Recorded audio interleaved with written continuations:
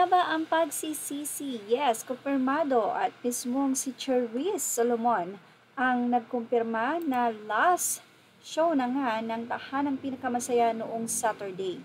Ito'y matapos nga na ibahagi ni Charisse Solomon ang naging tila farewell party nila sa nasabi nga pong Tahanang Pinakamasaya show.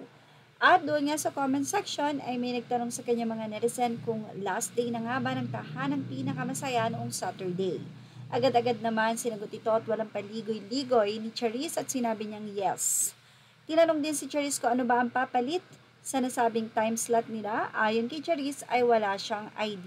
Well, hindi naman lingid sa marami kung ano ang nangyari sa Itbulaga kung saan ay itinake over na nga ito ng mga halos-hos at maraming mga pagbabagong kailangan gawin. Ang ilan ay aalisin, ang ilan naman ay bababaan ng sweldo na hindi nga nagustuhan nila Tito Vic and Joey kaya naman nagprotesta ang mga ito. Hanggang sa hindi sila nagkasundo, hindi na nag-uusap at umalis na nga ang TVJ.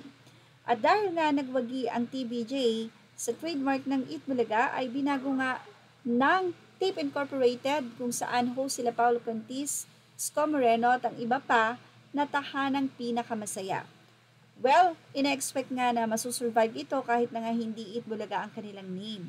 Nung Itbulaga kasi ang ginagamit nila, may malaking impact talaga ito sa tao dahil ito ay nakasurvive. May mga kung saan ay umaabot ang ratings nila na mataas at lumalaban. Pero nang natalo nga sila at napunta na muli ang trademark ng Itbulaga sa TVJ, ay binago na nila ito sa Tahanang Pinakamasaya na tila wala pang ilang buwan ay nagsara na. At ngayon nga ay hindi na mapapanood. Pero ayon nga sa ilang mga balita, ang mga replays daw ay mapapanood pa dahil nga siguro sa kontrata na kanilang pinirmahan sa GMA. Ang Tahanang Pinakamasaya or ang Tape Incorporated kasi ay block timer. Ibig sabihin, umuupa sila sa GMA. At kung hindi tayo nagkakamali, parang milyon everyday ang ibinabayad nila. At kung hindi nga ito nasusustentuhan ng show, walang mga endorsement na nagbibigay or nag-aalok sa kanila, siguradong hindi nga ito kikita. Unlike ang Tito Vic and Joey at ilang pang mga hosts ang nandun, panay-panay nga talaga ang nasabing mga endorsement. Ilan pa sa mga loyal na mga nag-i-endorso o nagsusupport sa TVJ ay sumama rin sa kanila katulad ng Pure Gold.